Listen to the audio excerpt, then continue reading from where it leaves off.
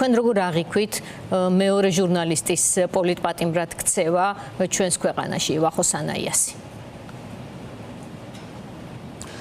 მოგესალმებით, აუდიტორიას მივესალმები. მადლობა შესაძლებლობისთვის და ძალიან სამწუხარო არის, რომ ჩვენ ჟურნალისტებს არა ვთქვათ სხვა პრობლემების გაშუქებაზე გვიწევს კონცენტრირება და საუბარი, ძალიან ხშირად გვიწევს ასევე ჩვენს პრობლემებზე საუბარი, ჩვენს დევნაზე საუბარი.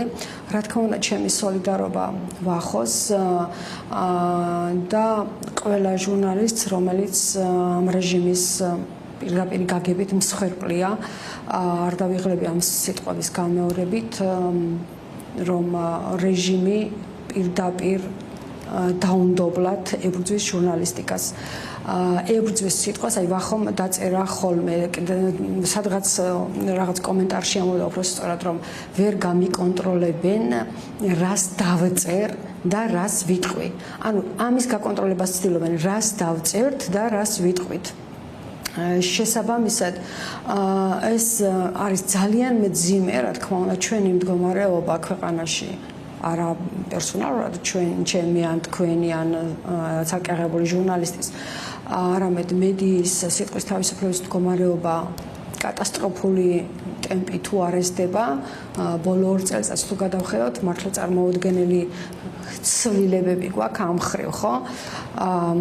წარმოიდგინეთ განათქვენ რა უნდა წარმოიდგინოთ, ძალიან კარგად იცით, მაგრამ აუდიტორიისთვის მინდა ვთქვა, საქართველოს პარლამენტში გამართეს ცემატყება, რაღაცა 10-15 კაცი დაესია და ერთი ადამიანი, რა ვიცი, დაუნდობლად ყოველგვარი, რა ვიცი, ადამიანებისგან დაცლილი კადრები ვნახეთ, ცემეს ერთ ადამიანს და მე რთქვეს, რომ ჩვენ ქართველები ვართ და დედის გინებას ვერავითარ კაცი შუმა არ იცის და ჯერ ერთი ადამიანს ვარყოფს, რომ არავითარ დედის გინება არ ყოფილა, მაგრამ მზია ამაღლობელი, რომელსაც და გაამართლეს აი ეს ძალადობა, ხო? და პირიქით ამით მოსწონთ თავი და კიდე იმუქრებიან სხვების მიმართაც და კიდე დღეს დეპუტატი გამოვიდა, უფრო სწორად აი ემოცნების დეპუტატი გამოვიდა და სხვა მოძალადეს თავდებობას თავაზობს, ხო? ანუ პირდაპირი პოზიციონირება არის ძალადობის მხარდაჭერით. ხო, იმას ვამბობდი, რომ და ასეთ დროს მზია ამაღლობელმა, როდესაც მასზე იძალადეს, უკანონოდ მოექცნენ, მის ღირსებას შეეხნენ და სილა გააწნა ამ მოძალადეს, ის გამოკეტეს ციხეში 2 წლით. ამ რეჟიმის ბუნება ეს არის. ამ რეჟიმის ბუნება არის ის, რომ მას არ შეუძლია პასუხისმგებლობა აიღოს არაფერზე. მაგალითად, არ შეუძლია პასუხისმგებლობა აიღოს იმაზე, რომ ბავშვი მოკლეს, ხო, თბილისში აგერ და მთელი ქვეყანა შეძრულია ამ ფაქტით და ჩვენი ხედავთ ტროლბოტების თუ რაღაცა მოლაპარაკეთავების განაცხადს, რომ სად არ ხდება, სად არ ისვრიან. აგერ, რა ვიცი, ბათუმში ისროლეს და სად არ ხდება მეწყერის სახლებში შეუარდა ხალხს და იძახიან, რომ სად ხდება. ანუ ამ რეჟიმის განაცხადი ეს არის, რომ არაფერზე პასუხისმგებლობას არ იღებს, რაც რეალურად ხელისუფალის ვალდებულება უნდა იყოს და ტოტალურად ძალადობს, იმიტომ რომ შეინარჩუნოს კონტროლი, შეინარჩუნოს ძალაუფლება, მაგრამ ღრმად ვარ დარწმუნებული, რომ ძალიან უჭირს ამის გაკეთება და ღრმად ვარ დარწმუნებული, რომ ვახოს გააზრებული ქცევა, მზიას გააზრებული ქცევა, სხვების გააზრებული ქცევა, ხო, დღეს ექიმი შეიყვანეს ციხეში იმის გამო, რომ აგინა ჩამდებ პოლიციელებს, ნარკოტიკის ჩამდებ პოლიციელებს და ჩვენ ვიცით, რომ უამრავი პოლიციელი კი, მე შემხვედრია მინახავს არაერთი შემთხვევა, როდესაც ჩაუდეს ადამიანებს ნარკოტიკი. და ის კი არა, გინების ღირსი კი არ არიან ეს პოლიციელები, ესენი არიან პატიმრობის ღირსი, მათ კანონის სიმკაცრით უნდა მიუდგნენ და უნდა დაისაჯონ ეს ადამიანი და ამ ამ სამართალდამრღვევებს, სამართალდამცავის მანტიაში ჩაცმულ მოძალადე ჩამდებებს იცავს პოლის რეჟიმი ამ სახით. რისთვის აკეთებს ამას, რა თქმა უნდა, ის დაიჭერს, თავის ყოფილი პრემიერი დაიჭირა, ხო, ის დაიჭერს ამ პოლიციელსაც, ყველას დაიჭერს.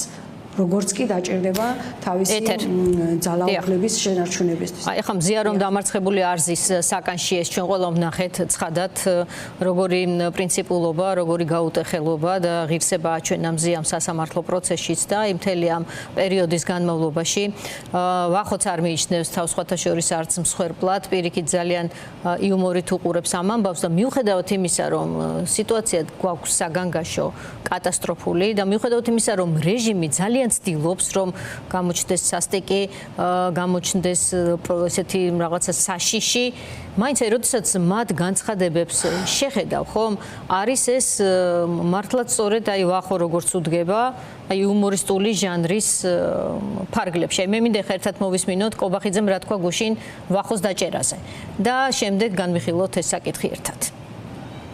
ამ შემთხვევაში ეს ადამიანი ფორმალურადაც კი არ მოქმედებდა როგორც ჟურნალისტი, ის მოქმედებდა როგორც პოლიტიკური აქტივისტი, პარტიული აქტივისტი და უხეშევრაცხობას აყენებდა კონკრეტულ ადამიანებს. ფორმალურადაც კი არასდროს მსჯელობენ კონკრეტული ადამიანები, მათ აქვს პოლიტიკური დაკვეთა. პოლიტიკური დაკვეთა არის ის, რომ მათ უნდა გააღვივონ საქართველოს ხელოვნურად სიძულვილი დაპირისპირება, უნდა შექმნან ასეთი აგრესიული გარემო, რა თქმა უნდა ჩვენ ამას უნდა დავუპირისპირდეთ, იმიტომ რომ ეს არის ჩვენთვის ეროვნული ამოცანა. ხო, ჩვენი ეროვნული ამოცანაა, რომ არავის მივცეთ გარედან ხელოვნურად საქართველოში აგრესიის და სიძულვილის გაღვივების საშუალება.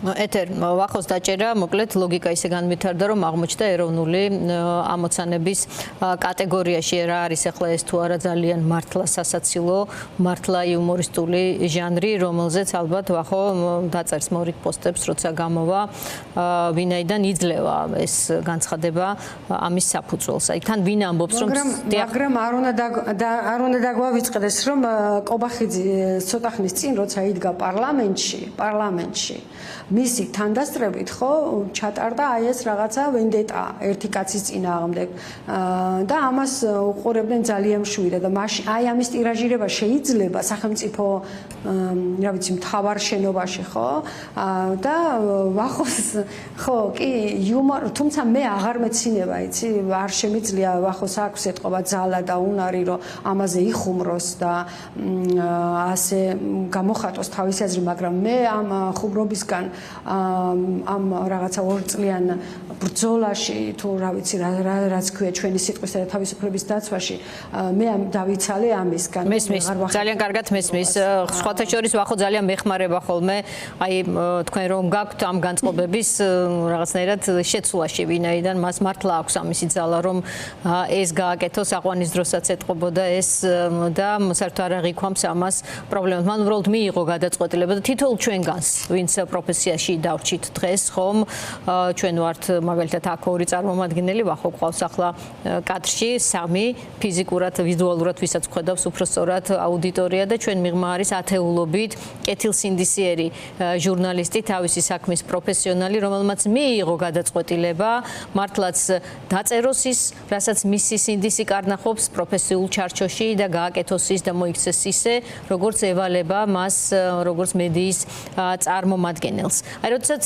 ასე გიტრიალებს ყველაფერს ქართული ოცნების ხელისუფლება რომ აი თურმე ვახო არც იმისნაირ მშვიდობიან ადამიანს მეორეს მე არ ვიცნობ და მისნაირ გახსნილს და კეთილშობილს თურმე სიძულვილს აღვივებს თავისი პოსტებით და ის რაც ჩვენ ვნახეთ მაგალითად ონისე ოქრიაშვილის წინააღმდეგ რასაც აღვივებენ კიდე აი ამ წუთებშიც რეჟიმის პროპაგანდისტები დღეს კიდევ ახალი კამპანია აგორეს მის წინააღმდეგ რამაც გამოიწვია პირდაპირ ფიზიკური თავდასხმა მასზე ან აქ მეორე ვერსია უფრო მყარი ჩანს რომ რამაც შექმნა საფუძველი რომ რეჟიმს ახლა შემდეგ ეს დაებოლოვებინა მოკლედ ფიზიკური თავდასხმით აი ეს არის სწორედ ის რასაც ისინი აკეთებენ ამ ყველაფერს მე ატრიალებენ რისი მექანიზმით იციან და გეუბნები რომ თითქოს შენ აკეთებ ამას და აი ეს მართლაც წარმოუდგენელი ტყვილი რასაც ვერ საიდან ვერ მოაბა მართლაც და ხელჩასაჭით საფუძველს უცებ მისი აუდიტორიისთვის შეიძლება გახდეს სიმართლე,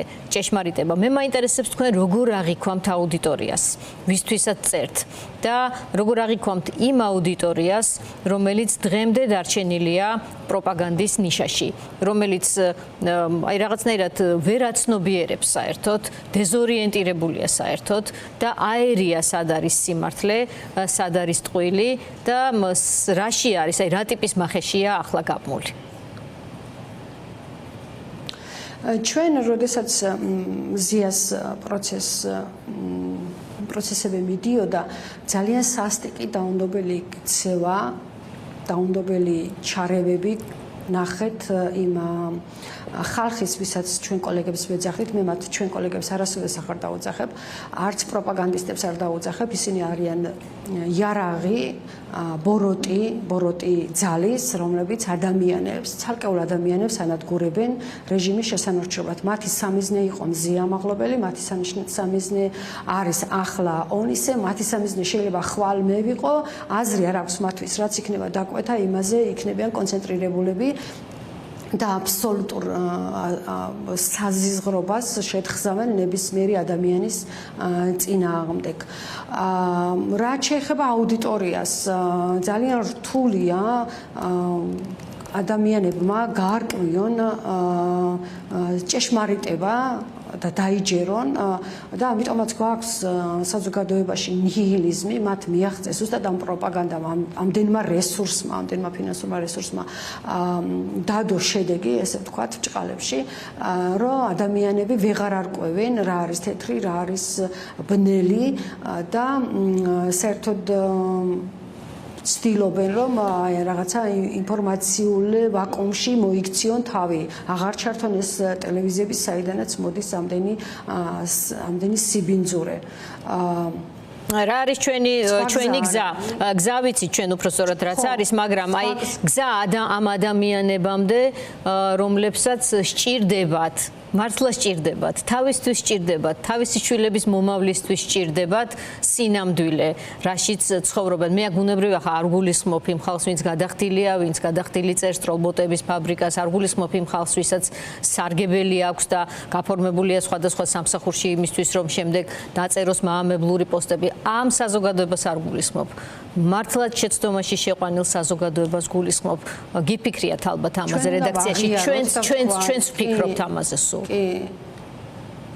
ჩვენ უნდა ვაღიაროთ და ვთქვათ, რომ უნდა გადავხედოთ ინსტრუმენტებს, როგორ ვიმუშაოთ, რადგან მტერი, გინდა მოწინააღმდეგე, მე უფრო მტერს დაუძახებდი, არის ძლიერი, შეარაღებული და აქვს ძალიან ბევრი ძლიერი ბერკეტი ხელთ ჩვენგან განსხვავებით.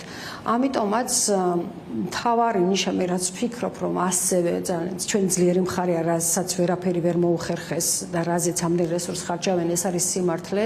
აი ეს სიმართლე, ეს ხაზი უნდა შევინარჩუნოთ აუცილებლად და ასევე უნდა მოვიქცეთ ფრთხილად, ჩემი აზრით, რაღაც პერიოდი ჩვენ კრიტიკულმა მედიებმაც, ობიექტურმა მედიებმაც გარკვეული შეცდომები დაუშვით და მათი პროპაგანდის ტირაჟირებაში ვიყავით ჩართულები. ჩემი დაკვირვებით ახლანდელი გადასახედიდან ბოლო 2 წელს ვაფასებ, ასე რომ ვთქვათ, და ამ ნაწილში უნდა ვიყოთ ფრთხილად და შეფასებითი, ბევრი შეფასება, ბევრი მარტივი ამბავი უნდა უთხრათ ადამიანებს იმის შესახებ, კი არა რომ ესენი პროპაგანდისტები არიან და რაღაცა საშინელებებს ლაპარაკობენ, არამედ იმის შესახებ თუ რა ხდება ქვეყანაში. ადამიანებზე უნდა ვილაპარაკოთ, რომლებიც არიან ცუდ დღეში. ამ საზოგადოებას უნდა ვაჩვენოთ, რომ ჩვენ ვართ საზოგადოების ხმა, ჩვენ ვცდილობთ საზოგადოების პრობლემების ჩვენებას, გაზიარებას, მათთან ადგომას, მათ მხარდაჭერას, ანუ საზოგადოება უნდა გავეხედოთ მოკავშირე. ანუ ჩვენი ორი ძლიერი მხარე შეიძლება იყოს. ერთი ის, რომ ვთქვათ, ძალიან რთულია ახლა სტუდიებიდან გავიდეთ და ხალხთან გქონდეს მეტი ჩართულობა, მეტი გაშუქება, მეტი ადამიანი გვყავდეს ეთერებში, მეტი ადამიანი გვყავდეს პლატფორმებზე და ასევე ეს ჩვენი ხმა უნდა იყოს ბუნებრივია. თუმცა ეს ჩვენ აუდიტორიას კიდევ ერთხელ მე აბსოლუტურად გეთანხმები. მაგრამ არ ვფიქრობ, რომ ეს რაღაცა ფორმულა არის, რომლითაც უნდა ვიხელმძღვანელოთ, რადგან პროპაგანდა ჩემი დაკვირვებით და რად უნდა ახლა მას დიდი ამბავი ძალიან დახვეწილი, ამათ არ ჭირდებათ არაფრის გამოგონება, ამათ მზა რეცეპტები აქვთ, მოდი ეს რეცეპტები მოსკოვიდან, შეფერილობებიც კი ერთნაირი აქვთ ეთერებში და ამიტომ ხო არ ვებძვით ჩვენ რაღაცა ქართულ სივრცეში მოხარშულ ბისიბინძურეს, ეს არის რაღაც დაგეგმილი უზარმაზარი მონსტრის მიერ წარმოებული პროდუქცია, რომელსაც ჩვენ რაღაცა ისეთი შემცირებული რესურსებით ვებძვით, როგორიც ილაპარაკე შენ უკვე, რომ ანუ გრანტის მიღებაც კი აღარ შეგვიძლია ჩვენ. კი, აი ზუსტად ეს მინდოდა მე თქვა ჩვენი მაყურებლისთვის, რომ ჩვენ ამას არ დავაკლებდით მცდელობას მართლა რაღაცა ბოლო ფაზაში ვართ ყველა, თუმცა გამძლეები ვჩანვართ, ეს ბოლო ფაზა ჩვენ რაღაცნაირად უნდა უთხრათ მაყურებელს, რომ გავაჩერეთ ერთ სივრცეში, ანუ ვართ იქ, სადაც ვართ, როგორც ვართ, არ გვაქვს ფინანსური რესურსი, მაგრამ გადავწყვიტეთ, რომ ვართ და ჩვენ ნუ რა ვისექნება იმედი, რომ ვინც ეს გადაწყვეტილება მივიღეთ, აქედან დავიხევთ უკან. ჩვენ სულ ვიქნებით და აუცილებლად გავაშუქებთ იმ კონკრეტულ დღეს, როდესაც ქართული ოცნების ამ წუთისთვის ნაკლებად ლეგიტიმური, ან პირდაპირ თუ ვიტყვით არალეგიტიმური ხელისუფლება, ოლიგარქის რეჟიმი წავა ხელისუფლებიდან. ჩვენ აუცილებლად გავაშუქებთ ამ დღეს, მე ამისი მჯერა და მზია იქნება და ვახო მათ შორის, ვინც ამას აუდიტორიამდე სხვადასხვა ფორმით მიიტანს. მე უბრალოდ ერთს დავამატებ ნინო, რომ როცა მზია დააკავეს, მაშინ ვერც კი არც კი მჯეროდა, რომ ჩვენ დღეს საერთოდ ამდენი ხნის მერე ვიქნებოდით. მაგრამ ხო, აი აღმოგვაჩნდა რაღაცა ძალა, არ ვიცი ეს ძალები სად ვიპოვეთ, ვიცი თქვენი მდგომარეობაც, ვიცი სხვა ჩვენი კოლეგების მდგომარეობაც, ემოციური, ფინანსური თუ ასე შემდეგ და ასე შემდეგ, მაგრამ ხო ჩვენ როგორც იტყვიან ხოლმე, რაც არ გყავს ის გაძლიერებს, ამ რეჟიმში ვართ. თუ ცოცხლები ვიქნებით, ბევრად ძლიერები ვიქნებით, დარწმუნებული ვარ, თუ არ დაგხოცავენ. იმედია რომ ეხლა ამაზე რომ გაგვეცინა ეს სასაცილო ნაწილში ჟანრში დარჩება და ოლიგარქი ამ მეთოდამდე არ მივა, თუმცა ჩვენ აი ამ პროცესში დავკარგეთ ლექსო ლაშქარავა ოპერატორი ერთი უკვე და არაფერი ამ რუსული ტიპის რეჟიმისგან გამორიცხული არ არის. მადლობა ეთერზე და ვიდრე დაგემშვიდობები, თავისუფლება მზია ამაღლობელს ვახო კი გამოვა ახლა უკვე 12 დღეში და ამიტომ ვფიქრობ რომ მისთვის ამისი სურვილი ამ წუთისთვის ველოდებით მის ახალ პოსტებს. კი. ველოდებით მის ახალ პოსტებს. პირობა დადო და ვნახოთ.